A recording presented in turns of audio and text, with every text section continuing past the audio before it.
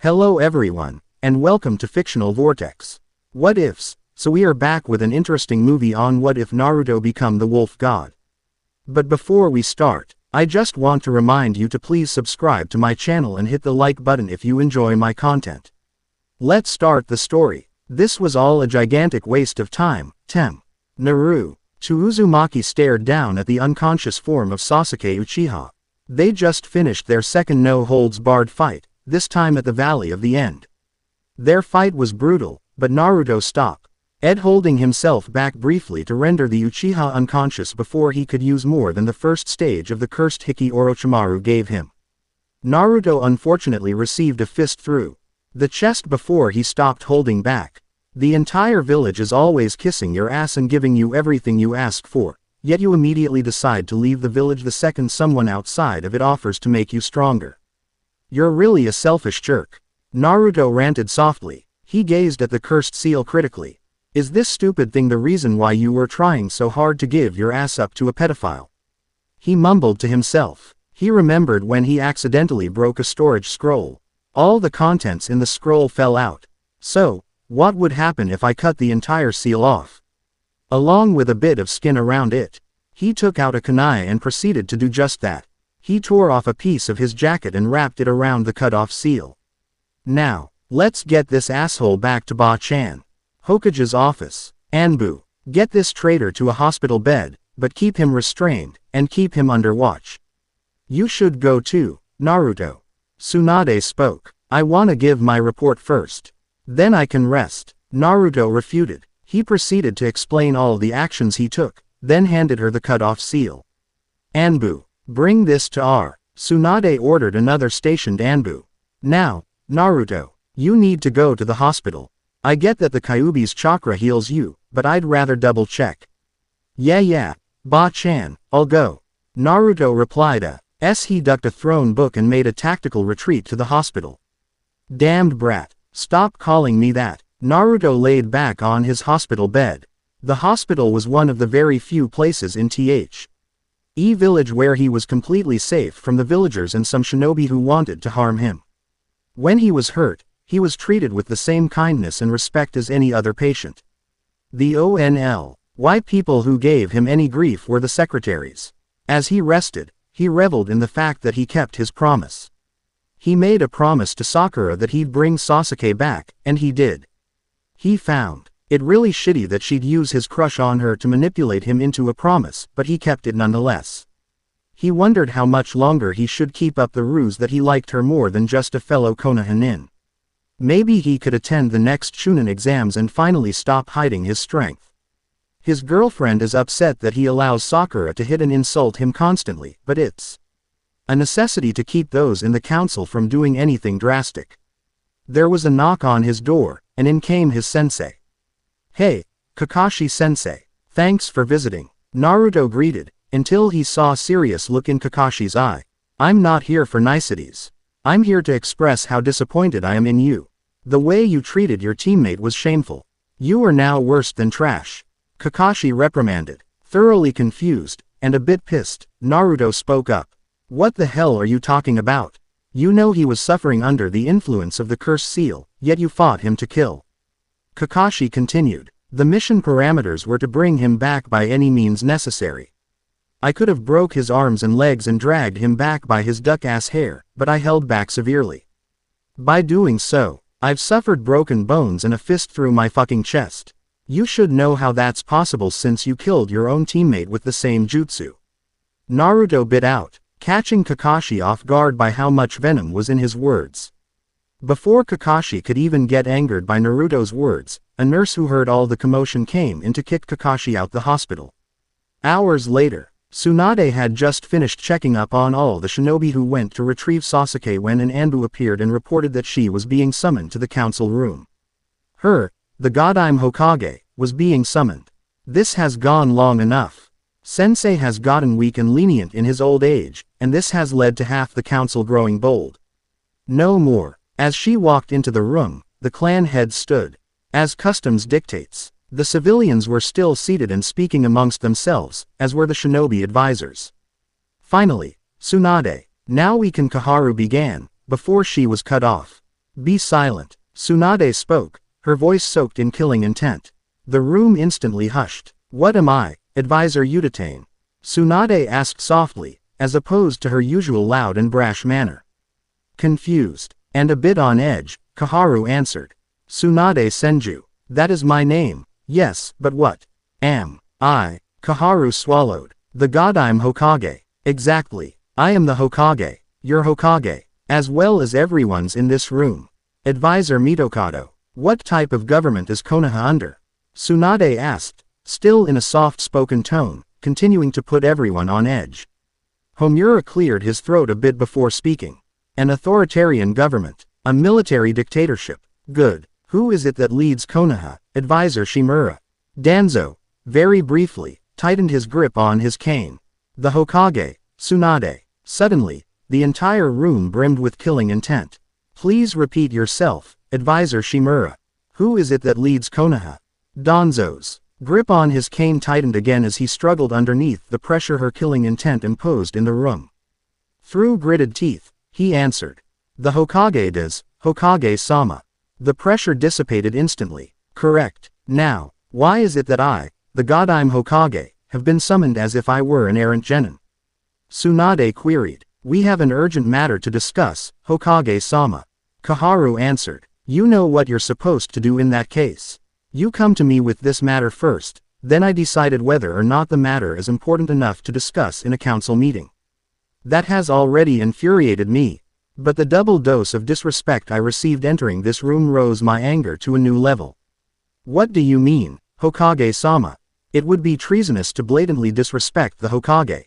Homura stated, almost sounding insulted. Tsunade just stared at him for a moment then turned, and in a calmer tone, asked Sum. Inazuka Dono. What do you believe? I mean when I stated I was disrespected twice. Sum almost faltered under the alpha's anger, but she mustn't look weak under her gaze. Only us clan heads stood and remained silent when you entered, as per customs. The civilians and advisors were still sitting and speaking. Good. Tsunade responded. Then her eyes roamed the civilians and the advisors. Without preamble, they all stood. None of them wanted any part of this new level of fury Tsunade is displaying.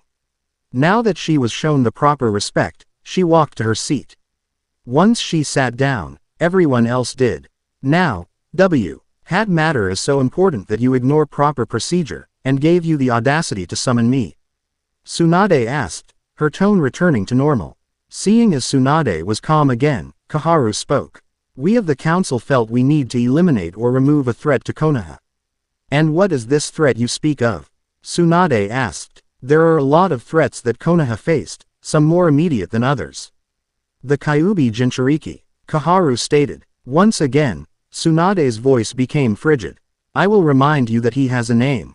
If you can't use the name his mother gave him, then use his last name when referring to him. What threat does arguably the most loyal Konoha shinobi possess to the village? Uzumaki has grown too volatile and aggressive. Just look at how he brutalized the Uchiha. Our last Uchiha. Need I remind you? Homura replied. I personally checked everyone involved in that mission. Sasuke only has several bruises, and a cut where Orochimaru's seal was, while Naruto had numerous cuts. Bruises, a broken bone or two and a fist-sized hole through his chest. Clearly Naruto was holding back, while Sasuke was fighting to kill. Where is the threat? Tsunade inquired. The fact that he went so hard on his own teammate is the problem. Orochimaru's seal was clearly addling the Uchiha's mind, but Uzumaki didn't care. He needs to be punished, and we of the council have already decided. Oh, I didn't realize that the council has grown so powerful that they can decide on punishing shinobi that aren't under their control. Tsunade's chakra radiated a bit off of her, making everyone shift uncomfortably. It's in the laws, Hokage-sama. We are allowed to decide on one thing a year with the Hokage having no choice but to approve, as long as the decision doesn't harm Konoha. Kaharu said, feeling a bit smug. She didn't dare show it. She wouldn't put it past Tsunade to kill her for it. They were holding on to that law for a long time. For a moment just like this. Tsunade said nothing for a long time, staring at Kaharu with a stoic expression. When she spoke, the same soft and cold voice was used. And what, pray tell? Did the Honorable Council decide was a suitable punishment for a shinobi who completed his mission? Danzo, feeling emboldened, answered as calmly as he could. We were stuck between two options. Either we lock him up and extract as much semen as needed to get a kunoichi pregnant, then when she gives birth, we have the kyubi transferred to the newborn. Either that or banish him from the village altogether, where my root can apprehend him and I can properly mold his foolish mind into the perfect weapon. You have 12 hours, as is customary, to decide which punishment would be suitable. Then sign off on it in front of the council. Homura spoke next. While Tsunade's expression didn't change, her mind was a whirlwind. Why is it that they hate Naruto so much? I know for a fact he hasn't done anything to them because Sensei has notebooks recording all of Naruto's pranks, no matter how small or big they were. It can't just be for the Kyuubi. Why would the clan heads even agree to such a ridiculous notion? None of them are idiots in the slightest. Poor Naruto-kun. He won't be able to keep his promise to become Hokage, and I know that's going to break his heart. I'll have to banish him. But I'll do it in secret. There's no way Danzo wouldn't have people waiting to kidnap Naruto if I let him go in their time frame. I'll have Shizune and some Anbu I can trust to collect all of the things that belong to Naruto, and I'll have to let him go. Damn, this hurts. With Tsunade's game plan set, she spoke up. Then I will see you all here at 9:30 with my decision written up and signed. This meeting is adjourned. Everyone stood as one, bowed to Tsunade, and departed without a sound. As they were leaving, even the ever-stoic Danzo couldn't suppress a victorious smirk on his face. Shikaku walked into his home in a melancholic mood. He said nothing as he trudged through his home. Finding who he was looking for, he went straight to her and hugged her from behind. He inhaled deeply, just basking in her presence, needing the reassurance she presented. Yoshino was a bit startled at the sudden show of affection her husband is presenting to her. But she stayed silent. She sensed that something was deeply bothering him. He hadn't been this somber since the Third Shinobi War when they both held each other whenever they could. Glad that the other is still alive. What happened for him to need reassurance? Yoshino thought to herself as she turned around and returned the hug. After a long moment, Shikaku was able to collect himself. Thank you. No-chan. Of course, Kaku-kun. What happened? What's wrong? Yoshino asked softly. I'm not proud of a choice I was forced to make. I betrayed one of my fellow Konoha comrades. I betrayed one of Konoha's most loyal shinobi. I betrayed Minato and Kushina's only child. Again, Shikaku replied, sounding incredibly morose. Are you able to give me details? Yoshino asked tentatively. She knew that some topics discussed in council meetings cannot be spoken to just anyone. So she was happy when he nodded, but that happiness vanished when she was told the root of the problem. The Inuzuka matriarch sat on the roof of her home staring at the moon, and letting tears flow from her eyes. The emotional turmoil she previously felt is finally being released. It became harder to hold it in when the Hokage directed her gaze at her. Tonight was the second time she betrayed the pup of her friend Kushina. She knew the struggle the poor pup went through. But her hands were tied. If she were to adopt him, or give him any help, then the Inuzuka clan would lose its prestige in the eyes of the civilian population, and the Inuzuka usually have kids with civilians. She could have helped him in secret, but she was scared she would have been found out, so she stayed awake every night looking towards the village, wondering in which alleyway that poor child slept in. Tonight, though, she fucked him over a second time, and her heart is having a hard time coming to terms with that. I'm sorry, Kushina-chan. Hiyashi was almost giddy when he walked into his study. The foolish Kyuubi Jinchuriki was going to be permanently removed, and Hinata will no longer be distracted and she can properly be molded to become the perfect heiress, just like her sister. It's a shame, but the rules of succession cannot be broken, Hiyashi thought to himself. If it weren't for those rules, then Hiyashi would have made Hanabi the heiress long ago. He knew that Hinata held back in the spars she had with her sister. Everyone but Hanabi knew. That gentle nature of Hinata's will have to go. Not only she doing herself a disservice, but she's also making Hanabi grow complacent and arrogant, two things a shinobi should not have in the field. Hinata will either be better, or she will be removed. Hiyashi thought as he ignored the portrait of his dead wife that seemed to be glaring at him. Most people see an Aburame clan member, and incorrectly assume that they are completely incapable of seeing anything emotionally. Just because they prioritize logic doesn't mean they completely ignore emotions. So the current Aburame clan head, Shibi, knew that in both a logical and an emotional sense, punishing one Uzumaki Naruto was wrong. But there was nothing he could do. His wife died during a mission, and his adopted son was taken away. He will not lose his remaining son. Chu-san, I'm home. Something troubles you, he heard his son ask. It seems his son has returned from the mission he went on with his cousins. Hello, Shino-kun. Welcome home. Yes, something does trouble me. Today I was forced to do something that was both logical and illogical. What do you mean, Chu-san? How can something be both logical and illogical? Shino asked as he sat down. You will be told soon anyways, so I'll tell you now and ask you to keep it a secret before it is told to the public. Your friend and comrade, Naruto Uzumaki, was banished tonight after successfully returning the Uchiha from defecting from Konoha. Shibi decided to just rip the band-aid off. Despite Shino's outward calmness, Shibi could tell just how agitated he was by the loud buzzing his comrades produced. Why? I was forced to do so. It was either this, or the leaf will fall into a civil war, and the other countries will want to take advantage. I know this is a lot to take in, Shino-kun, even I am still trying to come to terms with it.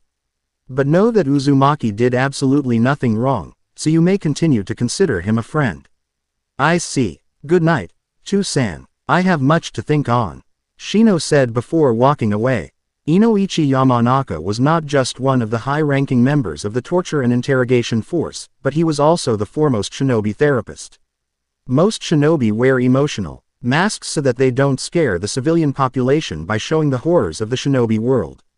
Some notable people who wear emotional masks would be Meidagai and his boisterous attitude, along with his need to wear bright green to hide the pain from the things he's witnessed as an elite jonin.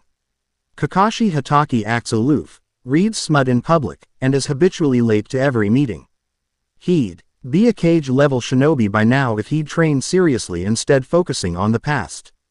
The death of his entire team really shattered him. Enko Mitarashi, Inoichi's co-worker, hides the pain of constantly being distrusted by her fellow shinobi in a mask of insanity. She acts crazy to keep those who would harm her away. Naruto Uzumaki. Inoichi sighs as he sips his tea.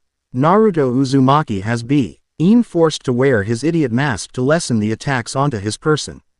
Seeing one so young having to wear an emotional mask really bothered Inoichi. With the treatment he's received from the village, he'd be an obvious flight risk. But the boy showed genuine interest in becoming Hokage. He truly hoped Naruto would be able to escape tomorrow.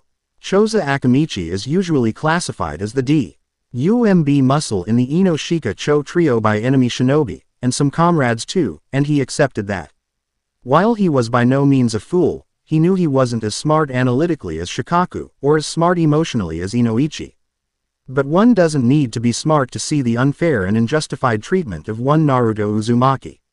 Like Shikaku did for his son, Choza encouraged Choji to befriend the boy. It truly angered him to see just how deplorable the village has become. With the intricate traps he planted as pranks, as well as the way he avoided high-ranking shinobi, including Anbu, when he was a mere academy student. It was clear to Choza that the kid had incredible potential as a shinobi. Unfortunately, the village's stupidity refuses to stop putting their woes on Naruto, not seeing that they had another prodigy in their midst. He hoped with all his being that the son of his friends could continue to endure through this horrid time. Tsunade sat in her office an hour after the meeting, her fingers were interlaced. And her head rested on top. She was glaring at nothing while her mind worked furiously to find some way to punish all involved in this plot to get rid of Naruto. Being no fool, Tsunade was definitely not going to let Danzo get his hands on Naruto, so she will have to banish Naruto several hours before the allotted time. Before a wave of sadness and anger set in, Shizune bustled in the office carrying a large scroll while Taunton trailed behind her. I have it, Tsunade-sama, she exclaimed. What Shizune carried was the Forbidden Scroll of Seals. First wielded by the Shodaime Hokage, Hashirama Senju, then stolen by Naruto.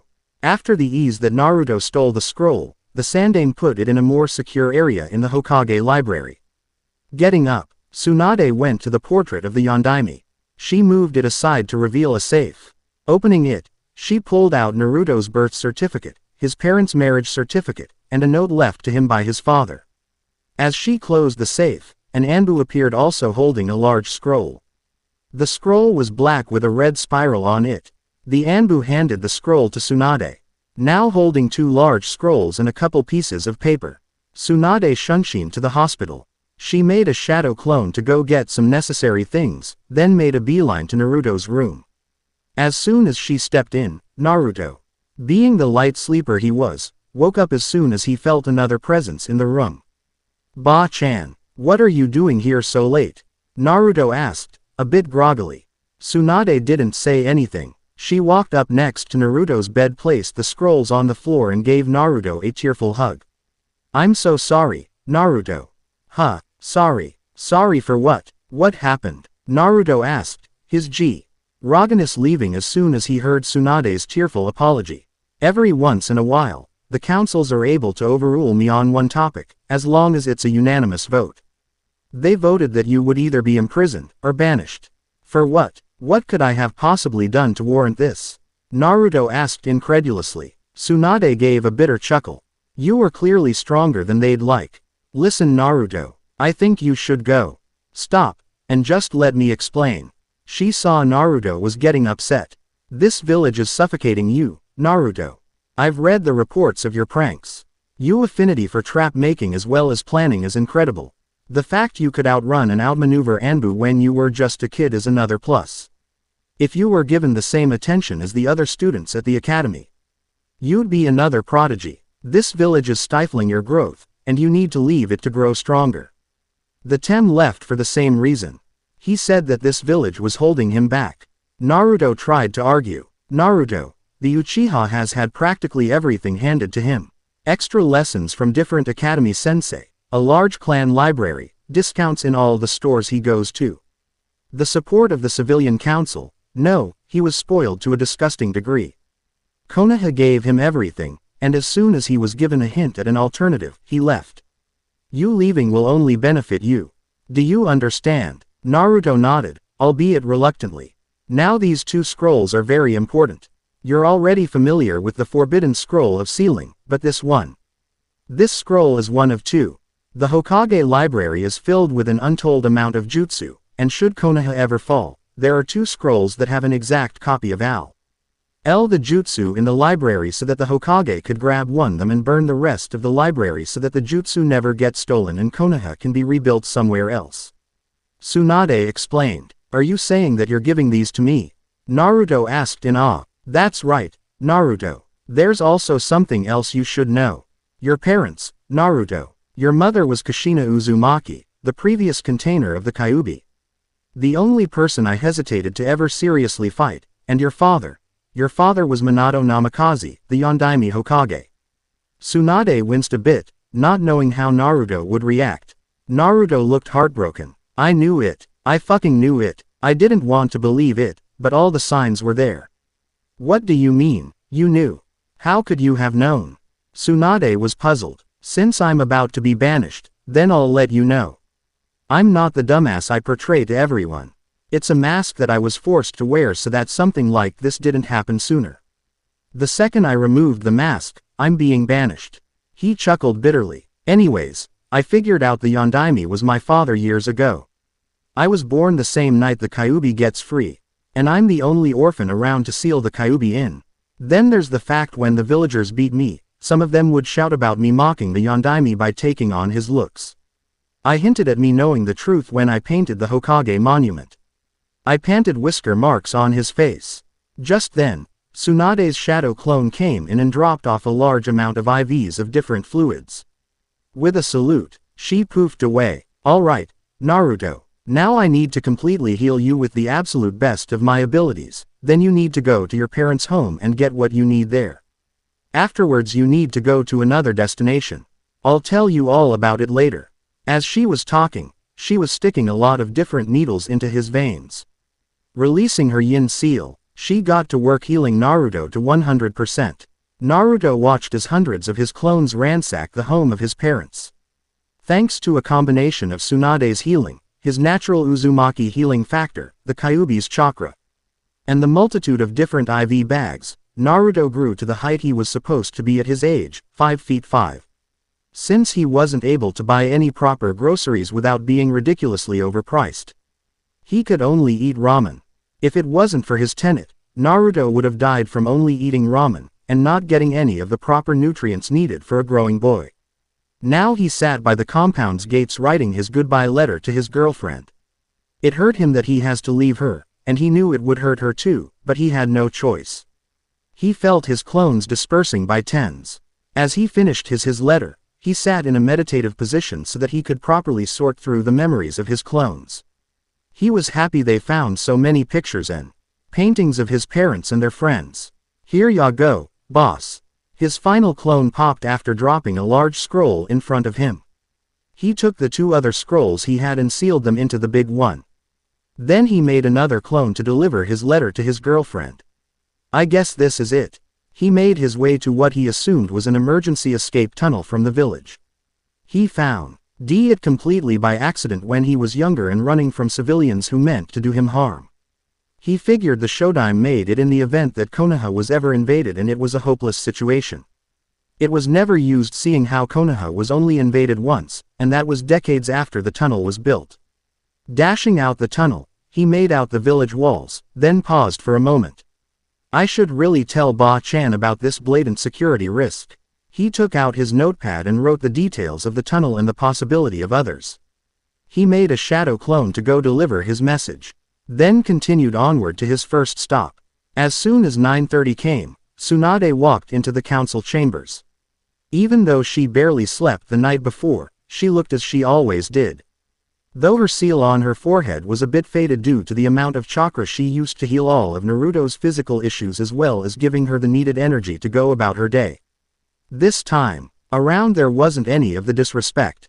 Everyone stood as she walked to her seat, then sat down after she did, her usual stern expression looking harsher that morning.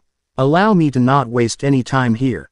Naruto Uzumaki, Genin of Konohagakure no Sato, Shinobi registration number 012607 is banished from the village both as a shinobi and a civilian. I have the papers signed and they've just finished being filed. Tsunade spoke gravely. Choza and Sum lowered their heads, while the other clan heads were able to keep a neutral expression. We thank you for your decisive action, Hokage-sama. We can now have Anbu collect him, to properly sentence him, Kaharu said, fighting valiantly to keep the smugness out of her voice. Oh, there is no need for that, Tsunade stated. What do you mean, Hokage-sama? Homura had a bad feeling about that statement. He's already out of the village. I banished him hours ago after healing his injuries. Tsunade shrugged. The civilians and the Shinobi Council both exploded at this news. Tsunade just sat there in amusement watching them vociferate and complain. It was Danzo who took control of the situation and spoke. Hokage-sama, you were supposed to have him be sentenced in the council room. That is the proper procedure. I thought we should have a clean slate. The illustrious Shinobi Su, NCIL, had the impertinence to call a council meeting without my permission, then summoned me after the fact like I was a fucking genin. In lieu of having you all executed for your presumption, I dead to do something behind your backs just like you all did here. Tsunade didn't have the same problem as Kaharu, so when she spoke, she was unapologetically smug. No one could say anything to refute this. So the 2 different councils sat and stewed, while all the clan heads, except one, were noticeably more relaxed. Now that the only matter we've converged this morning is finished, I can end this meeting. As soon as everyone dismissed, Danzo made his way to his underground facility. He needed to send some of men after the brat. He spent over a decade trying to find a way to get him under his control. So he'll be damned if he lost this opportunity. Hinata was outside on top of a small pond slowly going through her katas. She was both incredibly angry and heartbroken. Her best friend, first love, and boyfriend has been banished for doing his job. Hinata, a voice she'd much rather not hear called. She looked towards the land and found her sperm donor. Ma, skiing her face just like her love taught her, she made her way to Hiyashi. That disappointed, Uzumaki, has been banished. Now that he's gone, I expect you to improve without him distracting you. Do you understand? Hiyashi punctuated this by glaring. What he did not expect was to receive a glare in return. Let us get some things clear. First, Naruto-kun was not a distraction, he was an inspiration. A pillar who helped me grow stronger, while you were determined to weaken me. Second, the shy, timid, and weak Hinata you were used to does not exist. She never did. It was a moss. Ki war so I can clearly determine who are my enemies, and who are my allies. Naruto-kun taught me that. Now that I've gathered sufficient information on who is who, I can finally show my true strength. Rejoice, Otou-sama. You're getting what you want. With that, Hinata walked away, leaving a completely shell-shocked Hiyashi behind. Hinata made her way to her room and reread the note that was left for her. Dear Haim, it hurts me to write this note, but there was no other choice. The outcome of me briefly slipping off my mask came true. Tsunade came in the middle of the night to tell me I've been banished. She gave me 2 huge scrolls filled to the brim jutsu and directed me to my parents' home. We were right, my parents were the Yondaime and Kushina Uzumaki. In their home, I found a special set of scrolls. They act like a Hiraishin. If I put a note in one, it'll appear in the other. So even though I'm banished, we'll still be able to send each other notes and small souvenirs. I know it's not the same as me being there, but it's the best we have for now. I think you should take off your mask. I think it's overdue. Show you are no longer a target. I love you Haim, now and always. Naruto. Hinata teared up again, but she wiped them away. She's cried enough. Located somewhere along the outskirts of Konoha is the Uzumaki clan's mask storage temple. At the entrance of the temple is a giant replica of the clan's symbol. Within the temple, at the center, is a podium of sorts where hang several Oni masks hung beneath 3 connected symbols of the clan. Under all of which are ornate, black flames. These are powerful masks that can be used to summon a deity, one of them being the Shinigami himself. The shrine has since fallen into ruin from the wear and tear of time.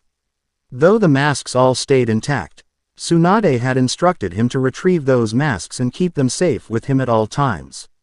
If Konoha wasn't going to do its job in protecting them, they can't have its power. It upset Naruto to see just how disrespectful Konoha was to the Uzumaki. They wear the clan symbol on their Hitai and on the back of their flak vests. Yet they completely erase their existence from the history books and their academy's curriculum. Shaking his head, he found another large storage scroll. This one was covered in dust, but it was still intact. Carefully, and reverently placing each mask in a different seal, he closed the scroll, then he placed the scroll into the larger one that had the other 2 scrolls in them. Hefting the scroll onto his back, he made his way to the fire temple. Tsunade had told him that they would accept any traveler as long as you don't harm them. Going in the direction Tsunade indicated, Naruto sped off. What do you mean you banished Naruto? Sat in front of Tsunade in the Hokage's office was one Jiraiya of the Sannin, and he looked deathly calm. This was new to Tsunade. She's seen him angry and serious, but this was a new beast. Absolute fury. Tsunade sighed tiredly. It's as I said, Jiraiya. I banished Naruto. I had no better choice. You were the Hokage. It doesn't matter what other people's opinions are. Your word is law, unless contested by the fire daimyo. Jiraiya stated calmly, his face unchanged. It's in the laws, Jiraiya, I've double-checked myself. The council are allowed to decide on one thing a year with the Hokage having no choice but to approve, as long as the decision doesn't harm Konoha. This was the lesser of 2 evils. They wanted to lock him up and extract as much semen as needed to get a Kunoichi pregnant, then when she gives birth, have the Kyuubi transferred to the newborn. Then you can tell that damned council that I'm hereby removing my spy network from supporting Konoha. Then Jiraiya got up and walked out the door, not using the window like he usually does. Tsunade sighed again. She glanced towards the 3 shadow clones doing paperwork at one side of the office. That was Naruto's gift to her. The idea of using clones to do paperwork never crossed her mind. She pulled out a bottle of sake and toasted Naruto. To your continued freedom, Gaki. Tsunade sat in her office, completely sober as she silently hyped herself up for what she was about to do. Are you sure this is wise, Tsunade-sama? Naruto has been through enough as it is. Won't this just add on to his burden? Shizune, Tsunade's assistant and lone apprentice, asked. Tsunade nodded. It was a reasonable question given what she planned to do. I understand your concerns, Shizune, I really do, but this needs to be done. She got up and walked towards the balcony. Is the whole village gathered? Tsunade asked as she observed the massive crowd below. They were all chattering amongst themselves, wondering what she was going to announce. Hi, Tsunade-sama. With a final nod, Tsunade walked out to the balcony. In front of her was several microphones connected to various speakers all over the village. After a brief pause, she began to speak. Deep under Konoha the 3 meters, members of the Shinobi Council sat in an office, stewing in their anger. That foolish, half-witted, imbecilic, moronic woman. Kaharu spat in a vitriolic rant. Despite the idiotic woman's attempt, I've already sent Root on the Jinchuriki's trail. It won't be long for that stupid boy to be caught. Danzo placated. Don't forget. Even though he has the mental capacity of a small child, he was still able to avoid and outrun Anbu when he was an academy student. It will most likely be a while before your Root bring him back. It's already been 2 days. Homura reminded Danzo. Danzo scoffed. That just proves that the Anbu have gotten lax and weak if a mere boy can do that. My Root stay at top form constantly. What are we to do for the Uchiha? Tsunade's clear bias against him will truly end the Uchiha line. How are we to remake the clan under Konoha's control if we don't have an Uchiha to start? Kaharu asked. Danzo showed a ghost of a smirk. I've already sent my men to break him out. We'll bring him here, and train him to kill Itachi, then have him remake his clan. Sasuke sat in his cell simmering in anger. He lost. He lost to the dead last. He lost to the Dobi. He lost to the failure. He lost to Naruto Uzumaki. He was currently in Hizuka Castle, better known as the Blood Prison. Usually missing nins as well as other criminals are executed on sight. But there are some who are important in a political sense, so they are sent to the Blood Prison. Sasuke, as he was the last loyal Uchiha, counts as politically important. So there he sat, in the middle of the night, stewing in his anger at losing. I don't care how it takes, I will kill you Naruto. Then when I get my power boost from that, I'll be able to kill Itachi. Sasuke said to himself. That might be sooner than you believe. Sasuke looked up to see an Anbu standing in front of his cell. What do you mean? Why are you here? I, and my comrades, are here to break you out, Uchiha-sama. Replied a toneless voice. Sasuke just smirked. Time skip. Thank you for your teachings and for granting me sanctuary, Shiraku-sama. Naruto bowed respectfully. No thanks necessary, Uzumaki-san. You needed help, so we helped you. Shiraku and some other monks behind him bowed to Naruto. The 2 years he spent with the monks was the most productive he's ever truly been. He was adept in many of the jutsu from both his parents' personal arsenal and the Hokage library. The hardest to learn was the Hiraishin. While he was learning the Hiraishin, he grew a healthy respect for his father as a shinobi. For a non-Uzumaki to be able to dissect seals to such a degree is incredible. Even though he was piggybacking off the Nadime's notes to make it. The Yondaime was the only one to make sense of them. Naruto was also able to recreate his mother's chakra chains. They were terrifying, unbreakable, and drains chakra, 2 devastating combinations when used. They were even able to hold the Kyuubi. Speaking of the Kyuubi, Naruto made friends with the construct. They, of course, had a rough beginning, but they were able to talk it out. Naruto even started to call the Kyuubi Ni-san, which oddly made it very amused for some reason. When he yanked the paper off the gates, he was shocked to find both his parents showing up. As soon as he saw his father, before he could stop himself, he punched him hard enough to send him flying. His mother gaped for a moment before bursting out laughing. After she collected herself, she gave him a hug that only a loving mother could give. He sorely needed that in his life. They sat and talked for a long time, his father joining after recovering from the punch. They learned of what his life was like from his own mouth, playing his memories to add to his words. Furious would be too mild of a word to use to describe how angered they both were at the treatment of their child. With the help of the monks and his parents, he was able to grow from the emotional trauma he faced in his childhood. Now he planned to go to Uzushiogakure, his ancestral home. His her directed him to a secret entrance to the island. With a final bow, Naruto turned and made his way to Uzu. Flashback no jutsu. Repeat yourself, Jiraiya-san. By paraphrasing, it sounds like, you said a dutiful and loyal Konoha shinobi was banished for completing his mission. Is this why Nami no Kuni, Haru no Kuni, and Tsuki no Kuni are all demanding to sever the alliance we secured? After Jiraiya pulled his spy network from Konoha, he went directly to the Fire Daimyo's court in the heart of Hino Kuni. It didn't long for the news of Naruto's banishment to reach beyond the borders of Hino Kuni. Jiraiya gained an audience with the daimyo and explained all that befell his godson.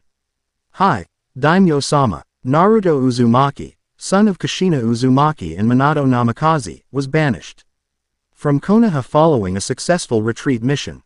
The councils, using an old and obscure law, went behind the Hokage's back to vote for a suitable punishment. Tsunade had to choose between sunning Naruto indefinitely and banishment. Jiraiya explained. He was kneeling, his eyes downcast.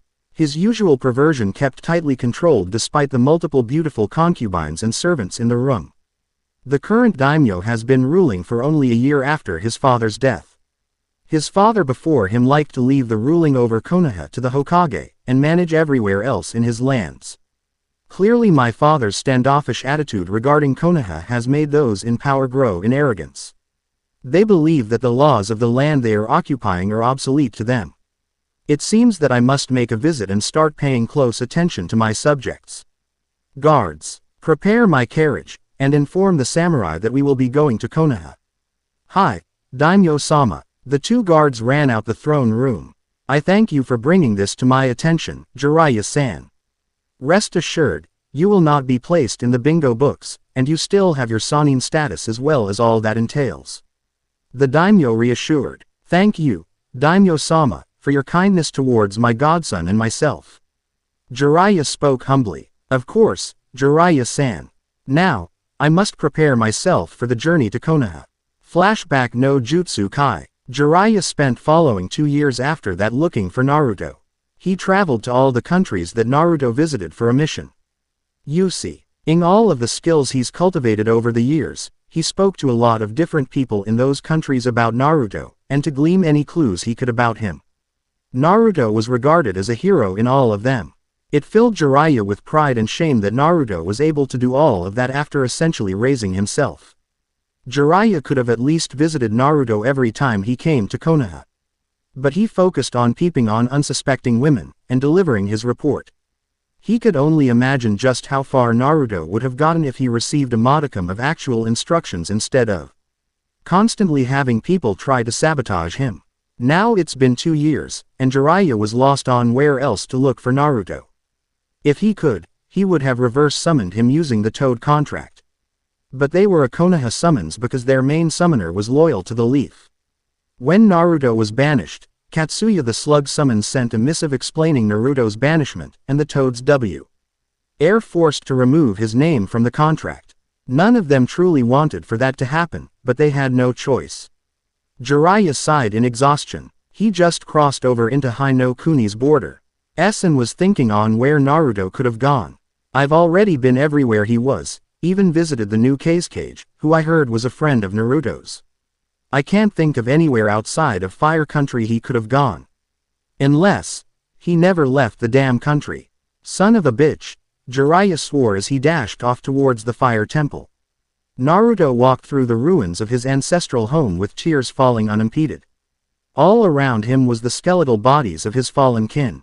From what he's seen, the invaders didn't discriminate on who they killed. The skeletons of children and babies being clutched in their parents' arm led credence to that. As he stood at the center of the island, he summoned thousands of clones. When they all poofed in existence, he pulled out a massive empty storage scroll. Collect every Uzumaki skeleton and bring them here, then, put them in this storage scroll. Leave the bodies of the enemy nin for last. When you're all done storing away my kin, collect the bodies of the enemy nin and put them in a pile. Once that's completed, burn them. They willingly murdered children and babies. They are not deserving of a proper burial.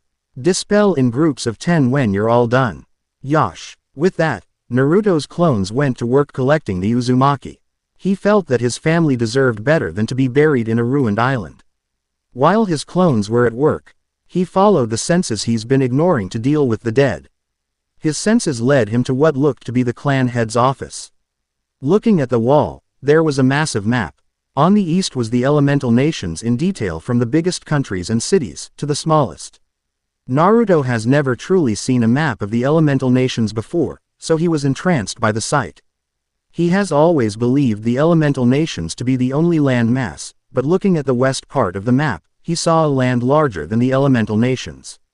It didn't convey any details like the eastern section of the map, but there was a small summary on the center. The west and the east were once one whole continent, but the land was constantly ravaged in violence and war.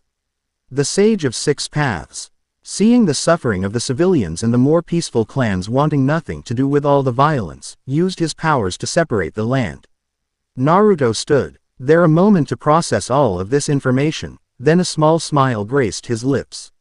The lands were separated centuries ago, so there's a very low possibility of the wars still going on. Hinata and I can start fresh in a new land. With a new sense of urgency, Naruto began looking through the office for more details of the West. After an hour, he found nothing. Using his senses, he went to the ground floor of the clan head office. In a far corner on the wall was a small seal with the label, Legacy, on it. Following his senses, he bit his thumb and bled on the small seal. Hearing a poof behind him, he turned to find a trap door opening in the center of the room. Cautiously, he walked towards it, and found stairs leading down towards a tunnel. It was oddly clean, with torches lighting automatically. Making his way to the end of the tunnel, he found a life-size statue holding a naginata in one hand, and a katana on the other. Around its neck was a black magatam, a necklace with a purple howling wolf koi engraved on it. Both the katana and naginata matched the necklace, in which the air all black with purple accents on it. With a smile, he realizes that the purple matched his mother's eyes. He reached out to place a hand on the statue, right on the chest. He bowed his head briefly, then looked back up to see the necklace and weapons gone. Then he felt a strange weight on his right hand. He looked at it, and found a bracelet and a ring, both with the Uzumaki symbol on them. He then placed a hand on his chest and found the necklace there. Following a hunch, he channeled chakra on his wrist and the naginata appeared. Channeling chakra into it again, it disappeared and the bracelet came back. He repeated this action with the ring. After bowing to the statue, he began to look around the area only to finally take notice of the skeleton on the ground. It was wearing cage robes, but it was covered in dried blood, and there was a large tear on the side, showing that it was a fatal wound. By the skeleton were two scrolls. One was a summoning contract and the other was a scroll with another blood seal labeled, Legacy. He sealed the skeleton in a small scroll, then picked up the two scrolls. He made his way outside and sat on top of building, watching his clones at work. He looked at the summoning contract. Opening it, he found that it was a contract for the wolves. He decided to sign it at a later date when he wasn't so emotionally imbalanced from being at Uzu. He looked at the legacy scroll. Reopening the wound on his thumb, he swiped his blood on the seal. Immediately, the small seal on the scroll grew and multiple seals spread across the scroll. As the seals overtook the scroll, the seals started to spread onto Naruto's hand. Panicking, Naruto tried to drop the scroll, but he couldn't let it go. The scroll started vanishing the more seals spread onto Naruto. Soon, darkness consumed his vision as he lost consciousness. Tsunade drank a cup of tea while watching the sunset on top of the Hokage monument. Not long after Naruto's banishment, she stopped drinking altogether. It was a self-imposed punishment for not stopping Naruto's banishment. She made her way here, in a spot Naruto always came when he was here, to reminisce over the last 2 years while her clones handled her paperwork.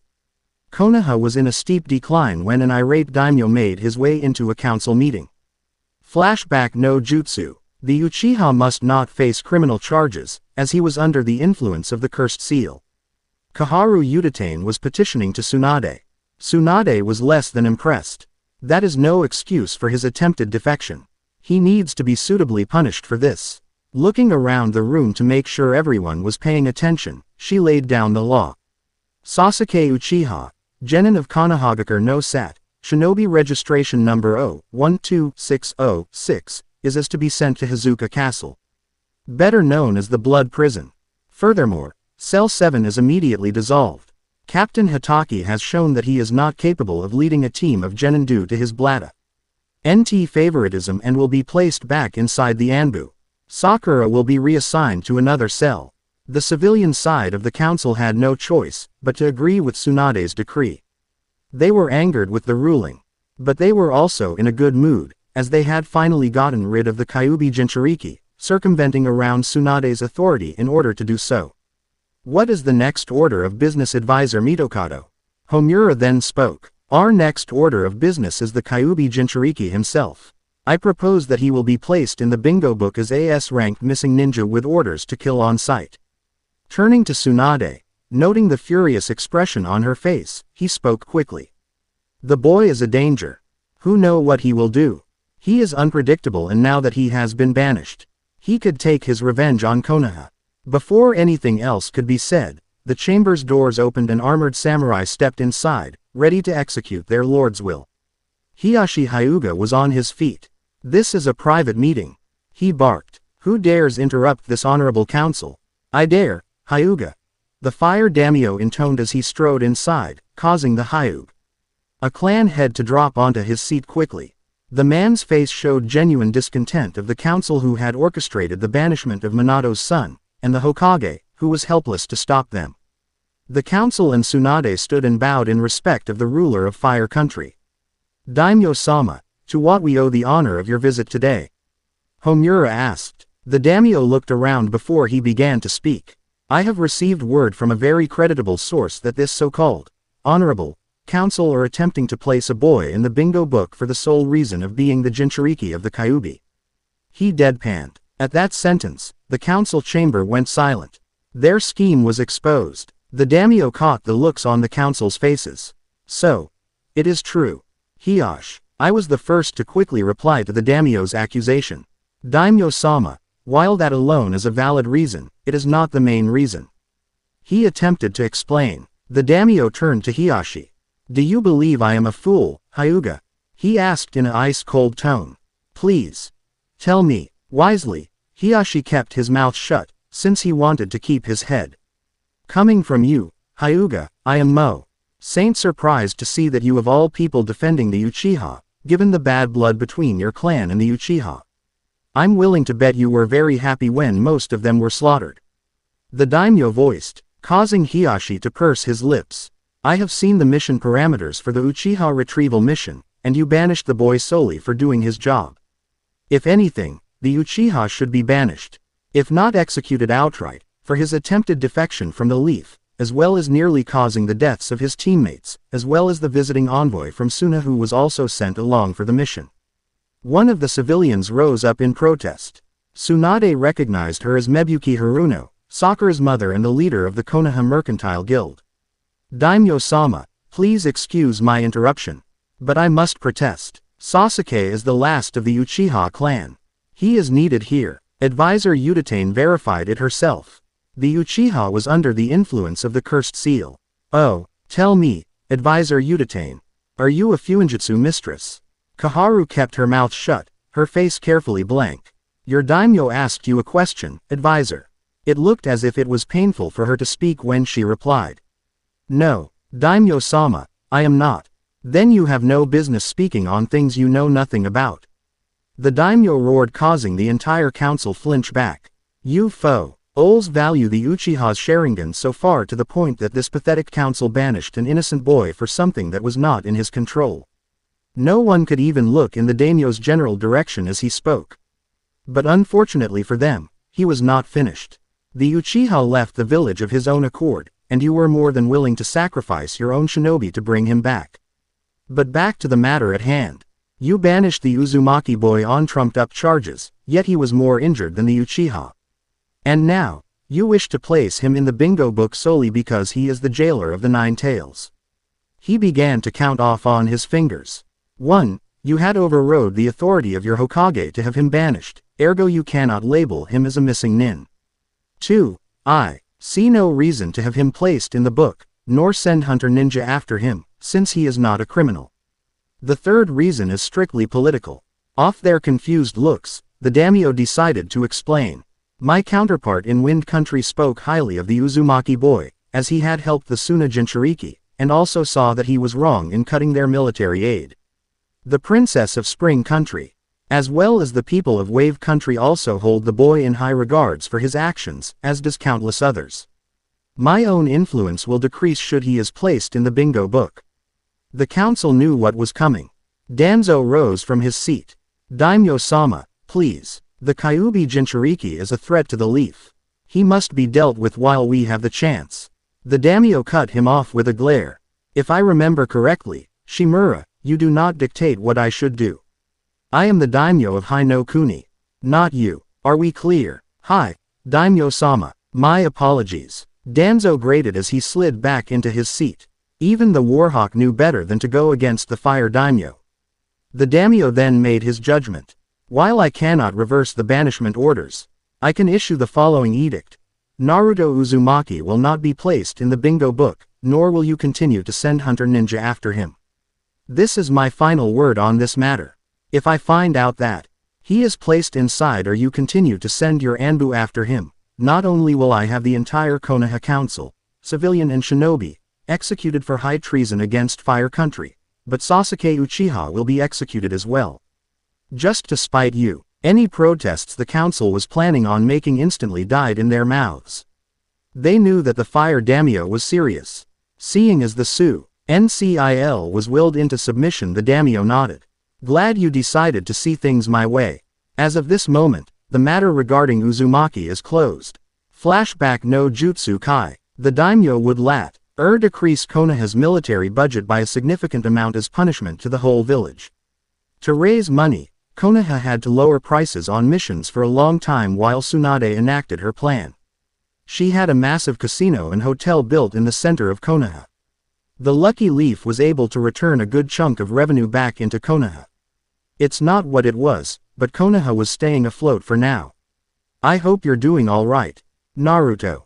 Hinata missed her boyfriend. The 2 years since he was banished were very annoying to Hinata. Not everyone was happy with Hinata's change. One of them being her cousin, Neji. Hinata had stopped holding back in her spars with her sister, and the elders were unhappy. So they arranged a spar with the clan prodigy. In their words, the Iris must be one of the strongest in clan if she is to bring more prestige to it. Unfortunately for them, their scheme didn't go as planned. Flashback no Jutsu. Hajime, you should for Neji began, but was immediately cut off when Hinata spun on her right foot and swiftly brought her left leg up and swung it hard across Neji's face.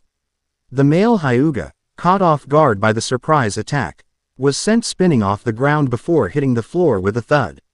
All the occupants in the room sat in sheer disbelief. Neji, momentarily dazed, gradually got back on his feet while rubbing his face, which now had a shocked expression and a noticeable bruise forming. As much as he would have liked to deny it, Hinata's surprise attack hurt a lot, and left him dizzy for a moment. He couldn't believe that Hinata not only managed land a swift blow onto his face with her foot, but she made him look stupid in front of everyone during his speech. Feeling something warm with an iron-like taste seeping down his chin, Neji rubbed his lips only to find that he was now bleeding from a swollen and busted lip. The bruise in his jaw was even more painfully felt. Instead of wasting time talking, let's spar.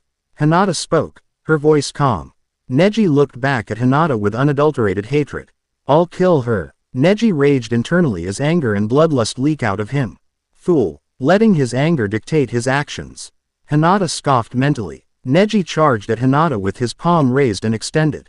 As his coordinated attacks came one after another, Hinata was able to evade and deflect every last one of them easily. But to the eyes of all the onlookers, it was as though two prodigies were blurs. The speed they were moving at made it look like they were at a stalemate. The two Hyuga backed away and stood 10 yards away from each other. Neji looked at Hinata carefully and found her looking completely calm and confident with no trace of doubt, fear, or insecurity. She's always been weaker than me. I refuse to be defeated by her. No. Fate will not allow it. Neji thought to himself as he gritted his teeth in frustration. He was the Hyuga prodigy, a genius. The one who was given the strongest Byakugan abilities in the Hyuga clan, and he wasn't going to be defeated by the one he regarded as the weakest link of the main house. Not bad, Hinata-sama. But it'll take more than just fancy dodging to stand against me in this fight, stated Neji, as he assumed his Juken stance and prepared for another round. At this Hinata replied, "You may speak like that when you've landed a hit on me." The two combatants charged at each other. They met and began throwing open palm strikes at each other. Neji tried to palm Hinata's stomach, but the Hyuga heiress blocked and sent a palm towards Neji's chest. He dodged to the left and tried to strike back. Hinata evaded as well. This fast-paced sidestep block evade dank.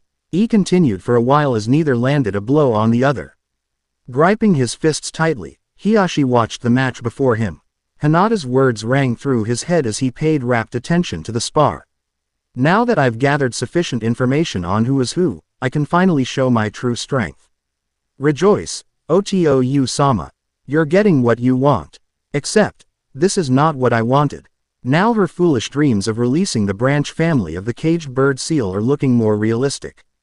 Damn it all, Hiyashi thought. Neji rushed forward again, and tried going for her chakra points to strike and shut them down.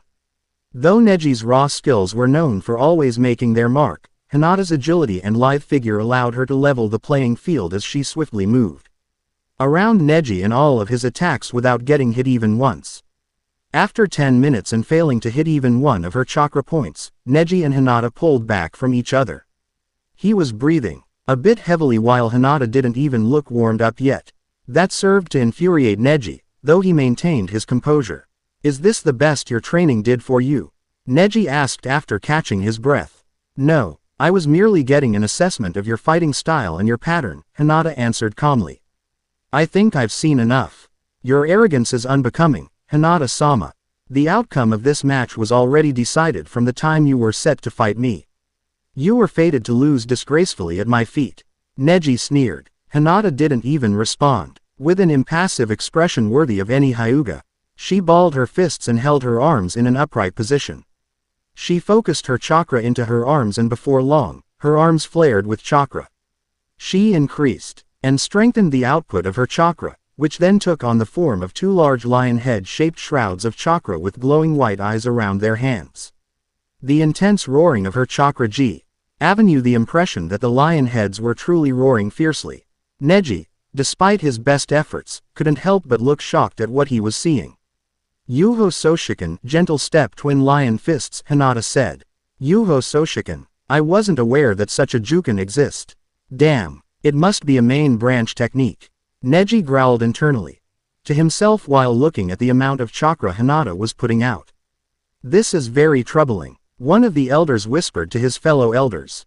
"Very troubling indeed." Neji charged at her and aimed to hit one of her chakra points. Upon reaching her, Neji thrust his right palm forward to strike. However, Hinata moved so fast it looked as though she completely vanished in front of him. "What?" Neji said as he had never seen Hinata move that fast. Before he could fully process what just happened, Hinata reappeared next to him at his right and delivered a brute punch straight into his gut and lower ribs, effectively knocking the breath out of him. Neji doubled over and coughed up blood out of his mouth as the pain ripped through his body as he seemingly lost his voice to let out the yell that wanted to escape his throat. That was now spewing some blood from his mouth. He grunted lowly while on the ground with blood still in his mouth as Hinata stepped away from him with her fists still flaring with her lion head chakra. When she was 20 feet away from him, she turned to him and waited patiently for Neji to pick himself off the ground. If Neji-san doesn't get up in the next 10 seconds, he will be forfeited. 10, 9. Neji gathered his strength together and gradually stood back up to see Hinata staring at him. "You yield?" Hinata asked, realizing that Hinata stood there and waited for him to stand and get back on his feet after knocking him down. Neji's anger grew hot. Hinata saw the look on his face and merely raised an eyebrow. "I'm giving you the chance to surrender and to walk away from this peacefully with no further injuries being inflicted on you, Neji-san. Don't speak to me as though I'm beneath you, Hinata-sama." Neji growled. Just because you managed to catch me off guard mean you're better than me. I don't see you as beneath me, and I acknowledge your developed skills and aptitude in our clan's Juunkan. But I will fight you seriously this time if you choose to continue. Hinata stated. You didn't back down when I told you to, Hinata-sama, so don't expect me to back down just because you asked me to. Neji replied. You wish to continue. Very well, Hinata said as she clenched her fists and assumed a Juukan stance, her fists still maintaining her Yuho Soshiken. Neji wiped the blood away from his mouth and assumed his own stance. A few seconds later, Hinata charged at Neji and likewise Neji charged at her. Before they reached each other, Hinata disappeared and reappeared suddenly in front of her older cousin and punched him square in the face, effectively busting his nose as blood now came from out of it. He was left in a daze again, this time with his head throbbing and vision temporarily blurred. This was followed up with fast left kicks to his lower legs, stomach, the midsection of his chest, his stomach, then a high axe kick up to his bottom jaw and fast axe kick down to the top of his head. She kicked him several times with her right foot before delivering 4 swing kicks with her right and left legs to both of his arms, which was followed with up a swift roundhouse kick that flipped Neji backwards off his feet and down onto his chest. Hinata backed away and stood her grounds after knocking Neji down for the 3rd time. By this time the battered Neji was covered in noticeable bruises around his bod, with several sections of his clothes and bandages stained with his blood. This is impossible. There's no logical explanation for Hinata-sama's sudden power and strength. Fate had her future as a failure set from long ago, Neji thought as he struggled to stand. Once again, Neji-san, do you yield? Hinata asked coolly. Never. Neji sneered as he summoned his strength and rushed straight at Hinata again. Despite how fast he was moving while ignoring the pain from his injuries, she sidestepped and jumped away with her hands moving together and getting ready for Neji. He turned and came at her. She evaded all of his attacks without bothering to block any of them. Soon though, he found an opening, and delivered a Juukan punch there.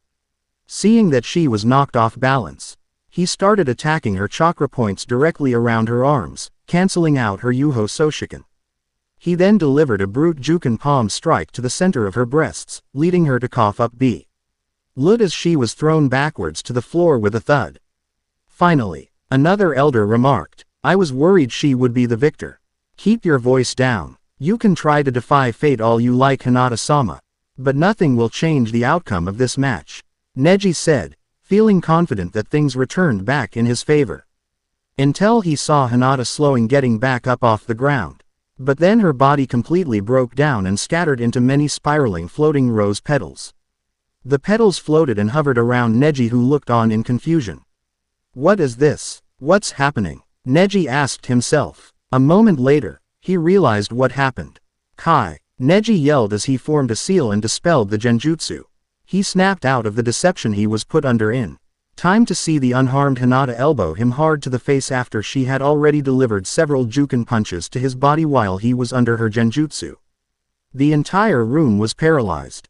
For most, it was shock, but for the elders, it was fear. Hinata, someone they constantly belittled and insulted, can perform genjutsu that can even fool the Byakugan. She could easily kill them if they aren't careful from here on out. Before Neji could retaliate, Hinata grabbed him and quickly leapt and sat herself on top of his shoulders and wrapped her legs around his back tightly. What the? Neji said as he found Hinata piggyback riding on him. He tried pulling her legs off him but found that her hold on him was like a vice grip. Hinata, while holding Neji securely with her legs, back-flipped with Neji being lifted completely off the ground with her. Everyone watched as Hinata's hands landed perfectly on the ground, and with the same momentum and strength, she swung Neji over her and down towards the ground. Neji's eyes widened as he saw that he was about to be slammed to the ground on his face and chest. A second later, an audible thud was heard as Hinata slammed her cousin into the ground.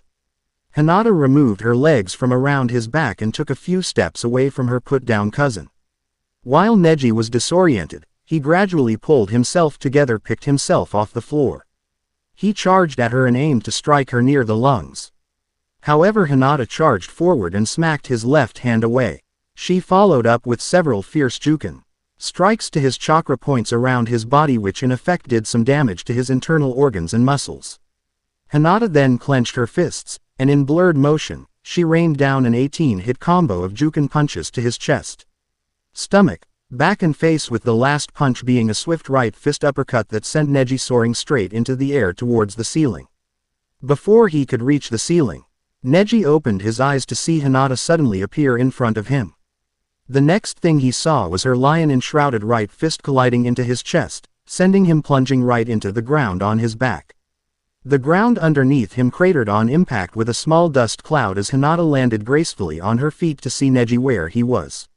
She thrust both of her fists into the air and intensified her chakra output, with the loud roaring of her chakra making it look as through the twin lion heads around her arms were roaring loudly with pride. Hinata lowered her arms down to her sides and dispelled her Yuho Soshiken. Neji coughed up more blood as pain completely ripped through his entire body as he lied on his back in the crater with 4 cracked ribs and a concussee. On top of the other external and internal injuries he already had. He found it difficult to breathe, but he willed himself not to stop. If Neji-san doesn't get up in the next 10 seconds, he will be forfeited. 10, 9, Neji, with his Byakugan still activated, grunted as he turned and crawled out from the crater and faced Hinata, who stood calm and upright on the arena floor with her Byakugan still activated as she looked right back at him. Neji managed to summon up some strength to get on his hand and knee, though he was sweating hard, bleeding and coughing blood from his mouth, and struggling to catch his breath. I will not ask you a third time, Neji-san. This time, I'm telling you, yield, Hinata stated with a strong tone. Where did all of this power and strength come from? Neji wondered as he looked back at Hinata with anger, disdain and confusion. Hinata-sama has always been the weakest and the most disappointing heiress of the main house. She couldn't even win a fight against Hanabi-sama, and her Juken was always the poorest. How could she have changed so suddenly and hurt me, the prodigy of our clan, this bad? It doesn't make any sense. Fate had her future as a failure decided from long ago. Neji grew only angrier the more he thought about it. I don't want to hurt you any more than I already have, Neji-san. Hinata said composedly. You're clearly in no condition to continue. I don't need your pity, Hinata-sama. Neji spat disrespectfully as he finally got up and stood back up, looking Hinata straight in the eyes. You may have I am proved, but I can still fight and come out the victor as fate decreed since this match's beginning. Neji charged at Hinata with all of his remaining strength with the aim to kill her while again trying to ignore the pain his whole body and head was in. Hinata stood there and waited for Neji to reach her with his right arm extended out, aiming to strike her heart directly. He won't yield. I suppose it can't be helped, Hinata thought as she saw an opening, and at the last second, she rapidly sidestepped Neji and thrust her fingers into his back, hitting several spots on his back. This resulted in Neji falling forward past her with the same speed before crashing down on his face and chest, sliding across the floor for a few seconds before coming to a stop with his bloodline limit deactivating. Neji found that he was unable to move any part of his body. He was completely paralyzed. Defeated, Neji, the proclaimed genius and prodigy of the Hyuga clan, dropped his head to the ground, unable to bear his shame and disgrace. Flashback no Jutsu Kai. Now that it's clear Hinata isn't weak by any means, the elders have been avoiding her, but she knew they continued to scheme. As she watched the sunset, she thought of Naruto. I miss you, Naruto-kun. Naruto woke to feeling an intense heat, and a massive headache. He knew this feeling. It was the feeling he felt when a lot of his clones popped at once. Keeping his eyes closed, he sorted through all his new memories. As he was doing this, he realized there was more memories than there should be. He has memories of hundreds of Uzumaki Fuinjutsu grandmasters. They were all clan heads. All they knew about Fuinjutsu, he now knew. All the training they did with the katana and the naginata, he now knew. The Uzumaki taijutsu style that has been perfected for generations, he now knew. The fundamentals of a shinobi, he was adept before, but now he mastered. The scroll he touched was a kanten. Gensi, all the Uzumaki clan heads worked on should the Uzumaki clan become nearly extinct. The necklace, katana, and naginata are things that are passed down from clan head to clan head. After coming to terms with his newfound knowledge, he opened his eyes to find the cause of the heat he's feeling. His eyes now had flecks of purple in them. At the center of Uzu was a massive pile of bones that were lit on fire. He looked down and found the summoning scroll, and the new scroll of bodies that his clones made. The legacy scroll was nowhere to be found. He now had everything he needed to go west. I apologize, Jiraiya Dono, but Uzumaki-san left over a week ago. He did mention he was going to Uzushiogakure. Shiraku told Jiraiya. Jiraiya finally made it to the fire temple. Thank you, Shiraku Dono. I have to leave immediately if I want to catch up. He was getting close. Walking off the boat, he gave the beautiful beach a passing glance as he made his way towards the forest. He walked for about a couple hours without seeing any sign of civilization. He took notice that the sun was setting, so he made a small camp, and ate his food that he sealed. When he finished, he felt that now was as good as any time to sign the wolf contract. After opening and signing the scroll, he did the proper hand signs and paid in blood. Kuchio's no jutsu. In a puff of smoke an average-sized, dark gray wolf appeared. Ah, I see. You must be a new summoner. I am Ayaka. You don't look like an Uzumaki, but you have the scent of one. Come along then, pup. Your test awaits. Word of advice, do not show weakness. A feminine gravelly voice spoke, before she placed a paw on his shoulder. Wait, what was all Naruto could get out before they poofed away? Jiraiya looked around in shock. The last time he came to Uzu, he came with Konoha shinobi to try and help their allies, only to arrive at a massacre. There were no survivors, nor discrimination on who was murdered. While searching for survivors, Jiraiya sifted through corpses of children in a daycare. That moment had always been imprinted in his mind. Jiraiya could not stay there and left immediately. The others following behind him. He had tried to return years later in an attempt to maybe give them a proper burial, but the atmosphere was suffocating, so he couldn't do it. Now, as he walked through the destroyed village, he didn't see any corpses. When he made it to the center, he found a massive pile of ash and scorched ground. At first, he was upset, he thought that Naruto just burned his kin's corpses, but looking at the edge of the scorched zone, he found Iwa Hitaiate. So he burned the corpses of the enemy shinobi. How Uzumaki of him, chuckling at his own joke. Jiraiya went to look around to see if Naruto was still there. They landed in another forested area. Follow me. Naruto was right behind her as she ran through the woods at a fast pace. She led him at a seemingly random pattern until they reached a wall. There was a big crack on it, and Ayaka trotted right in without fear. Naruto hesitated a moment, but ultimately followed. He didn't know what to expect on the other side, but it definitely wasn't what he saw. It was a massive cavern with the ceiling open to show the sky. One side of walls was lower to show the sunset properly. There were lots of little hills with small openings which had wolves entering and leaving, and they surrounded one mountain with a large entrance. Naruto could see 3 big wolves from his position. Are they who I need to meet? He pointed at the big wolves. Yes, let's not keep them waiting. Ayaka urged. There was a massive waterfall at the tall side of the cave that had streams flowing through the whole cavern like veins. Naruto watched as little pups played in the water under the watchful eyes of their parents. There was an area where it looked like 2 wolves were fighting and had other wolves watching. They are training one-on-one battles today, Ayaka explained. Naruto could sense the curious looks as he trekked through the cavern.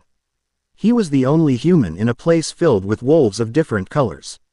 It didn't take much longer for them to reach the big wolves. The 3 wolves watched him walk in with calculating eyes.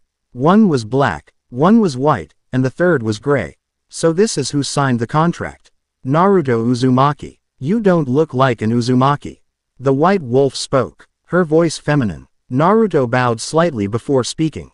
My mother is Kushina Uzumaki, the heiress of the Uzumaki clan, and I was recently able to return to my homeland. I have the Magatama necklace, ring and D bracelet to prove that I'm the new clan head. The wolves all looked closely as Naruto showed them the jewelry. They all nodded and he sat on the ground. When he did, a small pup ran up to him and started sniffing and nibbling his clothes. So it seems, we are the small council of the wolves. My name is Kajiro. This is Ikairu and Yoshiro beside me. If you hadn't noticed, we're triplets. I'd wager that you don't know of the alliance with the Uzumaki clan had with us wolves. The black wolf spoke, his voice masculine. Is it like how the toads are allied with Konoha? Naruto asked. Yes. Our alliance has dated back to before the East and the West were separated. Is it correct to assume you know of the West? Yeah. I saw a map in the clan head office, and I made my voyage there. Once I made Camp 1 signed and summoned Ayaka-chan.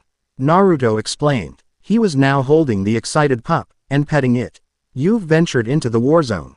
You truly are an Uzumaki. It seems we'll be able to rejoin the battlefield, again. Yoshiro spoke up, their voice androgynous. They seemed excited at the prospect of a battle. Ikairu was about to speak up, but was interrupted by the pup in Naruto's arms. Hey, were you a sage before? Yeah, Naruto answered, a bit concerned. Cool. Then the pup went back to sniffing. I'm sure you know this already.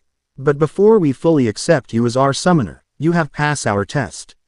We will not have a weak summoner, Uzumaki or not.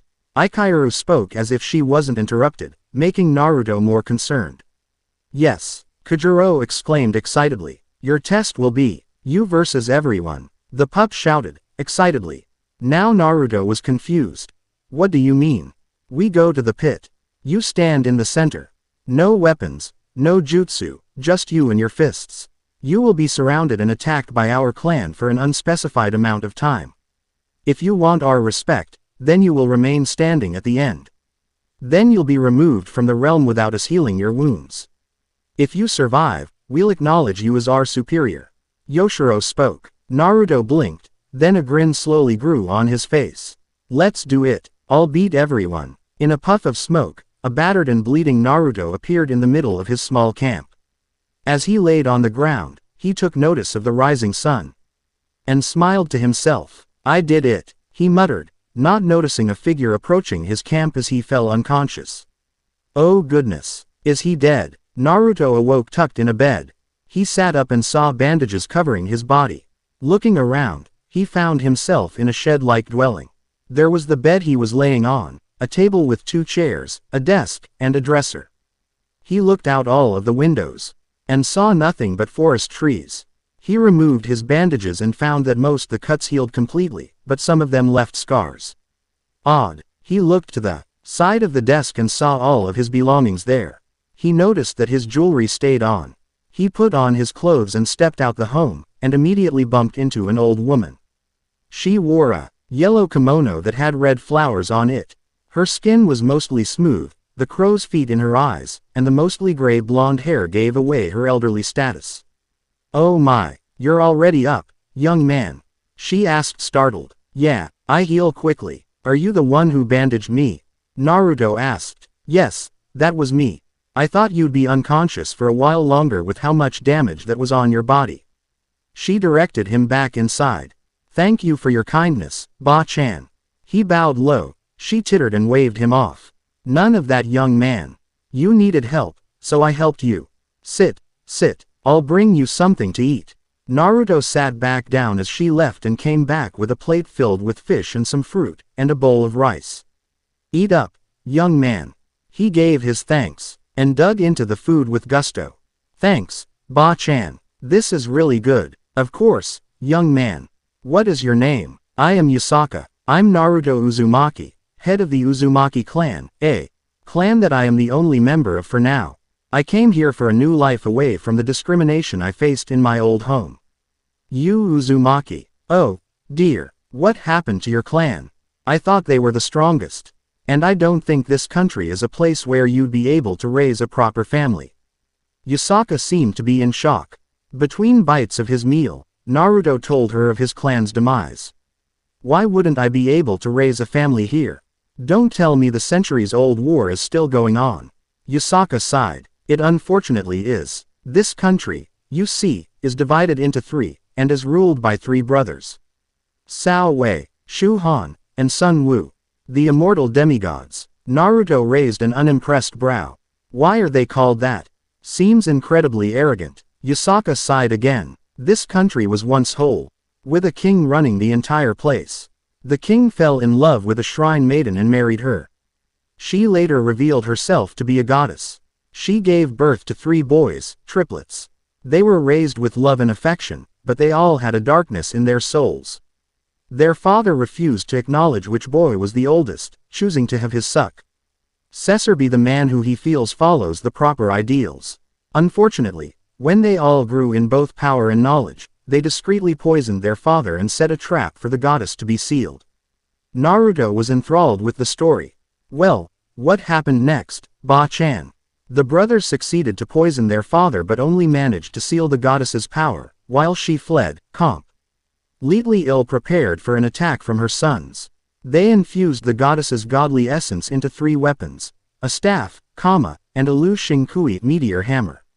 Once these weapons of equal power fell into the hands of the brothers, they immediately turned on each other. Their fight began the war. They split the country into 3 factions in their everlasting war. Soldiers dying needless deaths, nobles kissing up to their rulers to stay in luxury, while each citizen is treated like slaves. The remaining clans were either forced to remain in service, or has gone into hiding. You asked why they are called the immortal demigods. It's because they kill any sons their vast number of concubines and slaves give birth to, drain the baby's blood, and use that blood in a ritual to remain young. Naruto looked a mix of apoplectic and horrified at this.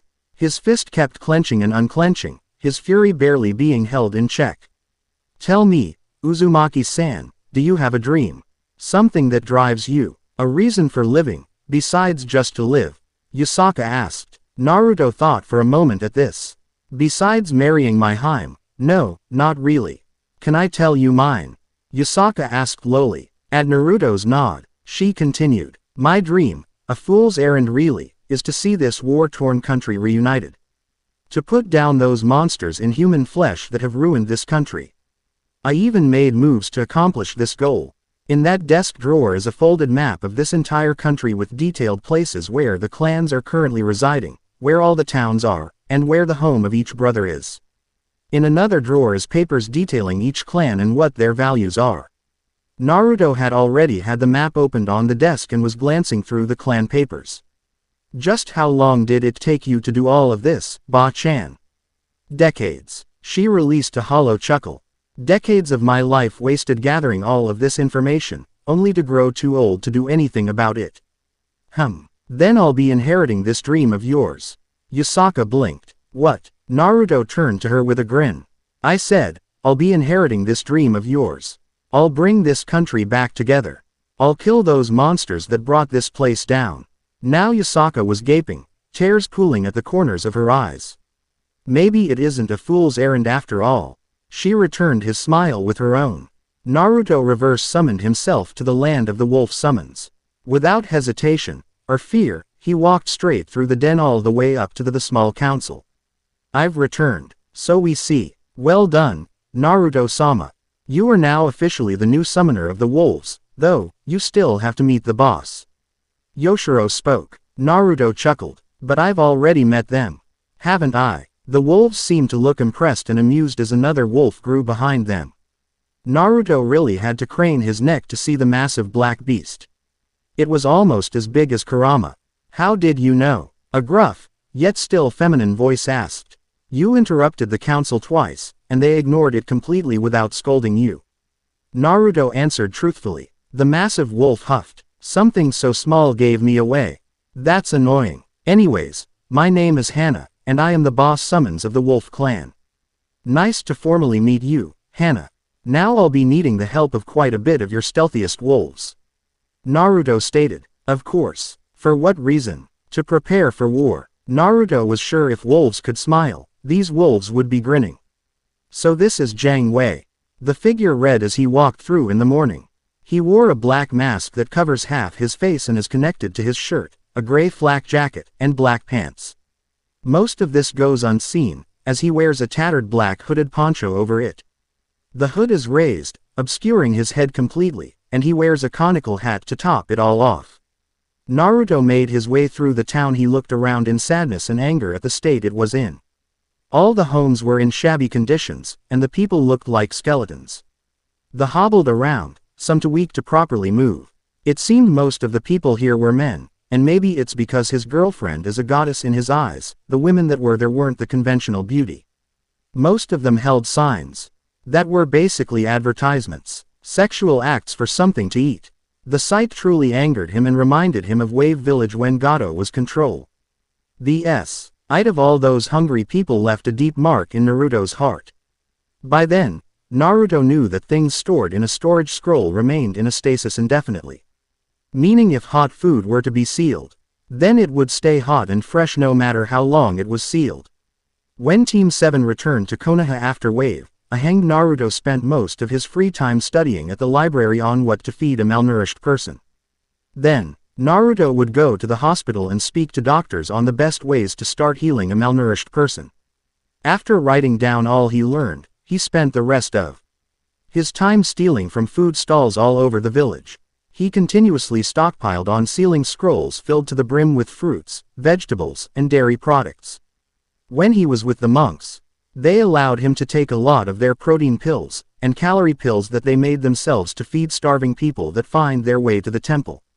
Naruto went to the center of the town and started his setup under the curious and wary gaze of the citizens. Doden. Doryuso. 3 big earth spikes rose from the ground and connected to each other. He made a clone that hopped to the top and tied a rope where the spikes connected. He then unsealed a large cauldron with a handle. He tossed it up to the clone who tied the end of the rope to the handle, then lowered it and dispelled. The pot hung at proper height for him to reach in and out comfortably. He unsealed a jug of water. The inside of the jug had expansion seals all over the inside, so it seemed that the water was unending as he filled the cauldron. Doden. Shidokaku. Using a small amount of chakra, he made a small pit in the ground under the pot. He unsealed some random sticks he picked up and tossed them into the pit. Without hand signs, he spat out a small fireball and watched as the flames grew. He stood like a statue, watching as the chakra-fueled fire made the water boil faster. As the water boiled, he added some of the monk's pills into the pot after he crushed them. Then he pulled out vegetables one by one, chopped them with a kunai, and added them to the pot. After a while, the smell of the stew attracted the attention of everyone in the vicinity.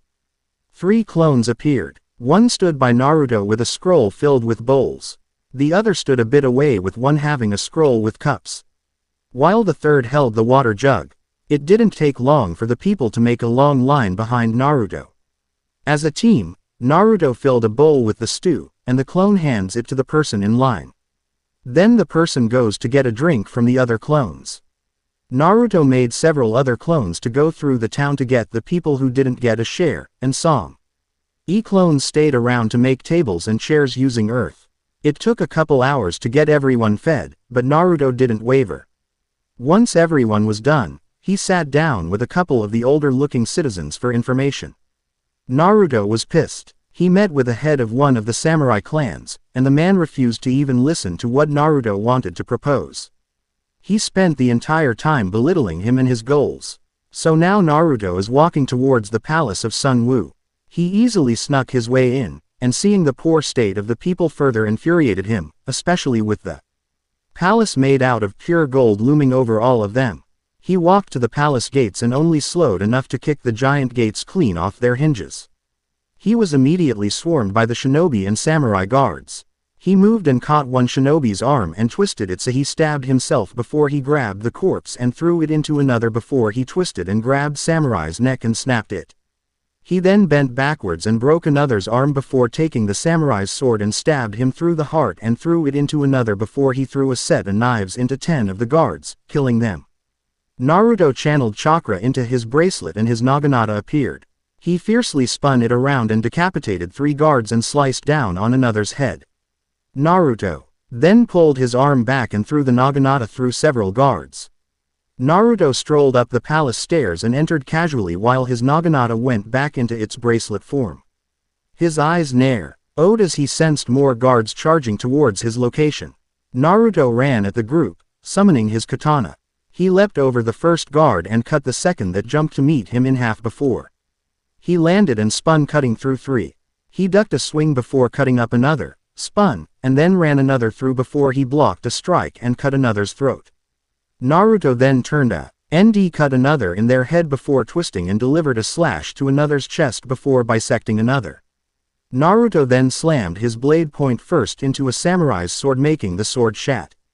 Tear in the hilt to slam into the guard's chest, killing them before he twisted and slammed the hilt of his blade into a shinobi's face, caving it in before he jumped and impaled another shinobi that Ju mped at him and brought him down on a samurai, impaling them both. He took his blade and flung the top corpse into another samurai and heard the crack of necks, meaning they were both dead before Naruto to spun and cut down another that came at him. After slaughtering his way through so many guards, they finally got the hint and were giving him a very wide berth as he continued to casually stroll through the palace towards where he sensed the biggest energy. Kicking the grand doors open, he startled everyone present except for the bastard he was here for. Kurama, I'm gonna need some backup for this fight, Naruto thought as he glared at the slowly rising Shu Wu. I'm ready, Kit, Shu Wu. I am Naruto Uzumaki, and I challenge you for your throne. Naruto walked into the hidden clan compound of the Busujima samurai clan. He only wore his pants and sandals, so his torso was completely exposed. His body was riddled with bruises, slashes, and dried blood, but his face was still set in a hard gaze and his steps showed strength. No one dared stop his trek to the clan head's home. A guard pointed a trembling hand towards the office, and Naruto entered without hesitation. An imposing man with dark purple hair sat behind his desk, while a young woman stood beside him in a dark kimono. Sitting on a chair before the desk was an old man who was currently frowning. He wore a white overcoat, a tan kimono top, and a black hakama. HMPH, I see you've returned, boy. And heavily injured at that. Have you come to admit your Oda Busujima's further comments? Ot stuck in his throat when Naruto opened a storage scroll and dropped a severed head onto the clan head's desk. The room's occupants could only stare in absolute shock at what they were seeing. The possibility of what they were seeing was warring with the grim lives they were forced to live. It was the old man who first found his voice. This was Munenori Manu, a shinobi turned samurai that headed the Manu shinobi clan. Is that who I believe it is? Yes, this is the severed head of Shu Wu. I fought him in full view of the nobles and killed him. I now rule a third of this country. Do you still think me a foolish youth, Busujima Dono, or are you ready to follow me in unifying this country? Naruto spoke, his voice held a new type of strength. That fight was truly something new for him. He was woefully ill-prepared for the ferocity and power he faced, but he just managed to eke out a victory. He sent wolves across his new territory to relay his position as the newest warlord. As clan head of the Busujima clan, I apologize for my derisive behavior and insulting words. Please make use of my healers and rest before we can begin to discuss war plans. Oda stood and bowed. Seiko, escort our new lord to the healers. Hi, Otou-sama. Naruto resealed the head, and made his way out the office. Having snatched another city away from the last brother, Sao Wei, Naruto was in a war tent with his lieutenants discussing their next moves. Recently, Sao Wei abandoned another city voluntarily, but that wasn't too surprising to Naruto. As the best way for Sao Wei to preserve his dwindling numbers. He was losing the war now, and he was preparing, but not to attack. He was readying his forces for defense, and if Naruto wanted to bring the war to an end, he had little choice but to oblige, even if it was the last thing he wished to do. With his enemy holed up in Yanra and the entire city under a firm lockdown, he could find no way to breach the border without a full frontal assault that would cost too many lives. Naruto sat deep in thought while his lieutenants continued to discuss. He spun a globe as his thoughts drifted. This unnamed land was vastly bigger than the map on Uzu showed. There were so many different cities, most filled those suffering under corrupt leadership. The war changed him. There were many underhanded tactics that he was forced to undertake in order to get the safest results. There were several nobles who only paid him lip service while they planned to betray him, so he had him killed when he was far from their location. While the beatings and the sabotage attempts were bad for him in Konoha, he bore witness to the true lows of human nature. One noble had a playroom. There was several women that had their limbs removed, but were kept alive for entertainment.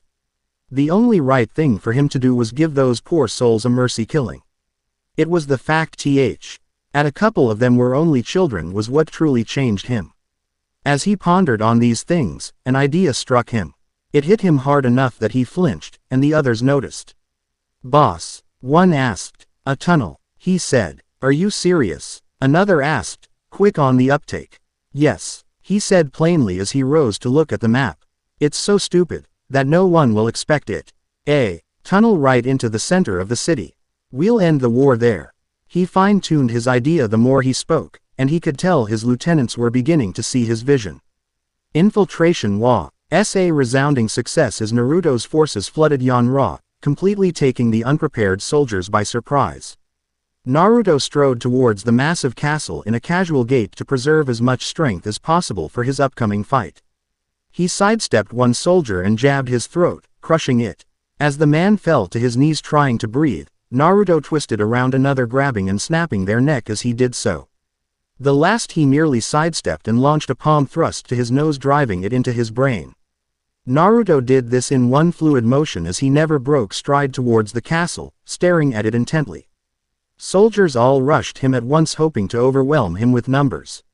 He caught one enemy by their wrist and snapped it before taking the sword that dropped.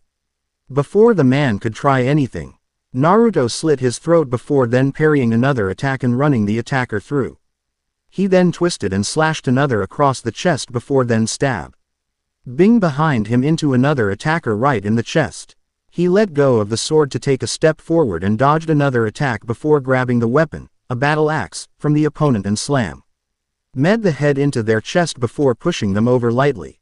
Breaking the shaft, Naruto ducked and swung, smashing it against another attacker's head before then lashing out with a mule kick that sent the target flying. Sao Wei himself appeared and the man approached in only a pair of pants and sandals, an enraged expression on his face. Approach me if you dare, Uzumaki. It will be your last action. Naruto's stride didn't even falter as he too removed his sage cloak and top. Sao Wei, I am Naruto Uzumaki, and I challenge you for your throne. Their fists met with a deafening bang. Sao threw a fast left jab only for Naruto to parry his strike to the side and counter with a jab of his own. Naruto aimed for his throat, attacking with crippling and deadly strikes right from the beginning. However, Sao simply tapped Naruto's arm away, making him miss the target and swing past Sao's head safely. As they both countered each other like mirrors, they found themselves in a stalemate. Both combatants locked with each other, struggling to overpower their adversary. The ground rumbled and cracked as their chakra saturated the air, a heavy pressure quickly descending. With them both landing a punch, they were both blasted backwards. They stumbled through the ground until they regained their footing and once more made a beeline towards their opponent. Moments before their fists met once more, Naruto vanished in a yellow flash. Sao turned and quickly sidestepped as Naruto appeared behind him with a blue sphere in his hand. Sao snatched Naruto's wrist, driving the Rasengan away from his body and retaliated with a right cross. Naruto tilted his head to the side, Sao's fist grazing his cheek. Their battle raged on for hours, with their soldiers as spectators. The citizens were safely evacuated, which was to their benefit due to the sheer destruction both combatants caused. Neither even considered using weapons. The end of the war was ended by Naruto using a jutsu he created. Kazakiri, a fist with cutting wind swirling around it, sliced cleanly through the last brother's chest. He didn't even allow Sao Wei the dignity of last words. He just used a fire jutsu to rapidly turn the body to ash. The victory roar he heard nearly staggered him. He forgot about his audience, so focused he was in his battle. They cheered for his victory, and the decisive end to the war. The reconstruction of each country took only a year. The palaces of pure gold were dismantled and the soldiers were properly compensated for their service. Relief and aid were given to the poorest cities, and banks were built to have the economy flowing as it should. Naruto himself had an army of clones to delegate and do paperwork. He spent that first year in the military academy under a henge.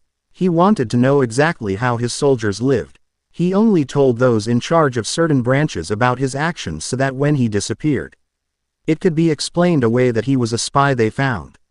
The next year after the academy, he floated through all the different branches of government to build his experience. The last year was spent in the intelligence department. The things he learned there was eye-opening. He would be the first to admit that he wasn't a subtle person, but the training he underwent in intelligence gathering gave him a new appreciation for the art. It was by the end of that third year that the empire was fully operational and secure. As thanks to the one being who was by his side his entire life. He named the nation the Kurama Empire. With his empire secure, he decided to spread his spy network into the elemental nations. Before that, however, he made an alliance with Spring Country and acquired blueprints for trains and railway stations. With the schematics and the aid of architects, he had railroads built that connected throughout the entire empire. It was like veins that pumped through each city and helped the people feel more connected. Naruto stood in front of a Torii gate with a sense of accomplishment. This was the entrance to the Uzumaki Temple. He went to the tallest mountain in a range and dug into it. He finally took out his kin and gave them proper burials inside the mountain. While he had clones dig the graves, he personally laid the skeletons in their resting places. With that done, he built a pillar in the center and placed the shrine masks onto it. The second he placed the final mask in place, he felt something shift into place. He got to his knees and lowered himself in a full dogeza, his emotions running rampant. He fully sobbed while in dogeza, once again saddened by the loss of so many of his family, but glad that he was able to give them the proper burials they deserved. He made plenty of holes inside the mountain to act as ventilation, but the breeze that picked up wasn't natural.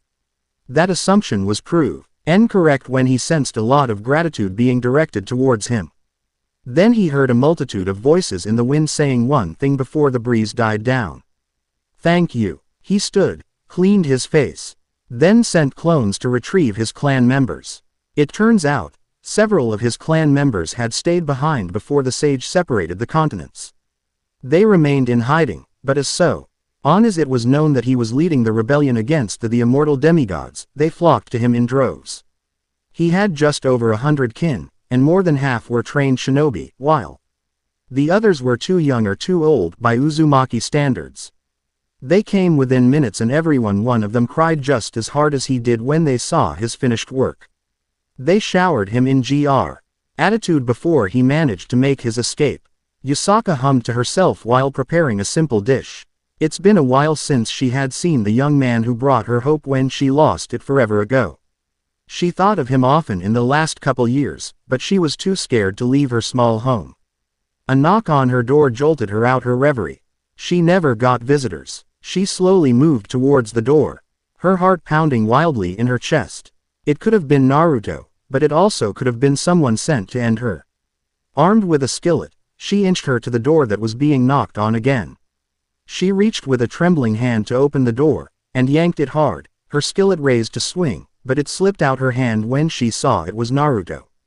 Hey, Ba-chan, I've fulfilled your dream. She couldn't speak. She could barely breathe. The news that was just casually given to her was just so jarring, and inconceivable, that it refused to make sense.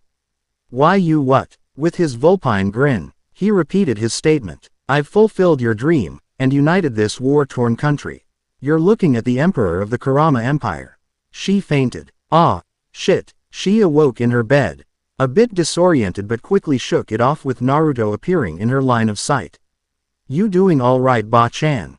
Before she could answer, she felt a very strong pull towards her desk. She sat up and got out of bed, practically pushing Naruto aside. In almost a trance, she made her way to the desk and found the 3 weapons of the brothers sitting innocently. Hovering her hands over them, she inhaled deeply, and the golden luster of the weapons dimmed as she absorbed their essence.